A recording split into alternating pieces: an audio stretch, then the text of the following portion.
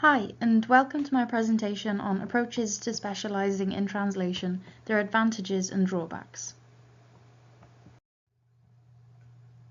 First of all, let's discuss what exactly it means to specialise, or to become a specialist in a certain area, in the context of being a translator. Legal translators, medical translators, and business translators, to name a few, all have one thing in common. They have an extensive knowledge of the specialist vocabulary in their chosen field, are up to date with current research and news in the field, and sometimes even have a degree-level knowledge of their subject. Quality assurance in translation means that the client can be confident that the end product is of a high quality, which not only requires a thorough understanding of the source language and target language, but also specialist vocabulary and extensive theoretical knowledge of translation. The ideal that translators should be striving for is to be able to pass something called the Turing test. Translators should be able to go to a conference full of clients that operate in the area in which you specialize, and to pass as a specialist in that area for 10 minutes. For example, a lawyer or doctor. In this sense, networking is important if you take along a business card and make an impression on potential clients. This is the ultimate goal when specializing. The popular press likes to scaremonger that human translation services are facing a downturn in favor of computer-assisted translation, and that rates per word are going down. It is important to identify where we as translators want to sit within the sector and show that we are part of the professional part of the sector. Through becoming professionalized and specializing in a certain field, translators can assure clients that they have a thorough understanding of both source text and target text and can produce a product of high quality. Identifying a growing sector of the translation industry, specializing in it, and becoming professionalized will help translators build a strong client base. In turn, this provides a more stable income and workflow.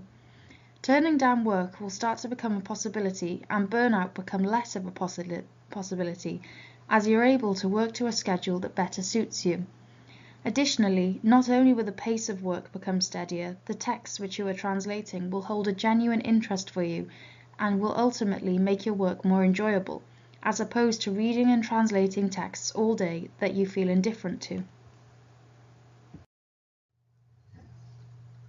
The first approach I'd like to discuss is pursuing further qualifications in your specialist area not relating to translation. This could take the form of a second degree, a diploma, or vocational course. This feeds into our goal of becoming professionalized and boosting our marketability as translators. We must truly understand a text to translate it to the best of our abilities. Extra qualifications in our specialist field set translators apart and show demonstrable expertise, as well as deepening our understanding of any given subject. They provide insight into the industry for which we want to translate for, and are a good way to increase your chances of passing the Turing test. The disadvantages include the time you would have to invest in gaining these extra qualifications, and the cost of enrolling. In the case of a degree, 3 years and thousands of pounds. Not only is this starting cost a huge obstacle, in many cases translators will have to take a pay cut by reducing their workload to make time for studying. The next approach I'd like to discuss is that of switching careers. This is in some ways the simplest way of becoming a translator, to have had a career in a certain field while simultaneously having or building on a knowledge of a second language, to then switch to becoming a translator of that field. As simple as it sounds, it is by no means a fast track to a career in translation, making this kind of translator a small minority.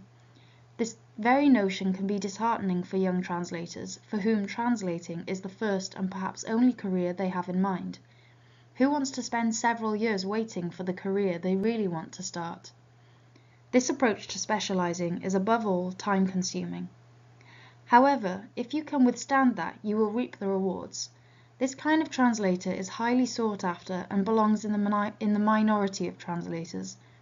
They will have a thorough understanding of specialist vocabulary, a strong network of potential clients already at their fingertips, and will be aware of the most recent research in their field, instead of potentially always playing catch-up. This context is invaluable. Another approach to becoming specialized is to teach yourself through extensive reading and researching of the field, and studying in your own time alongside translating. Many choose to do this as there is little to no cost. The internet is full of excellent resources for self-study, with many websites boasting all manner of courses for you to work on from home in order to gain confidence and specialist knowledge in your chosen field.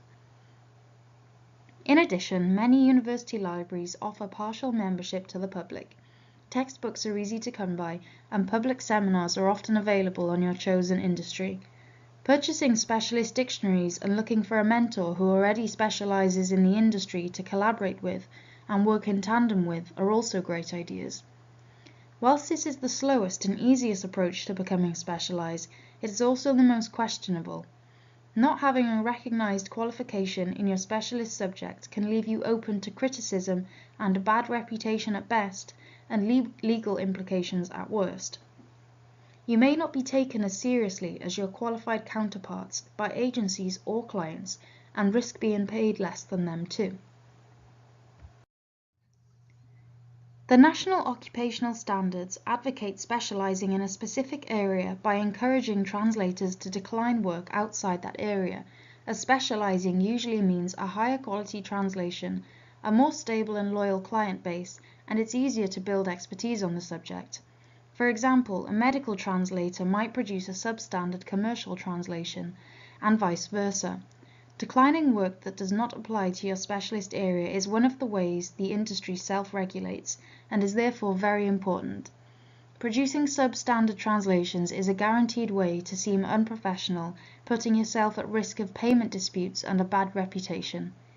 Being a specialist translator comes with many great benefits, namely enjoying your work and having a more secure client base.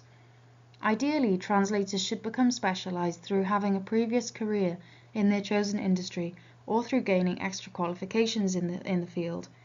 Of course, this is not always possible because of a lack of time and money, but there are other viable ways for a translator to gain experience in specialist areas without interfering with his or her current work life.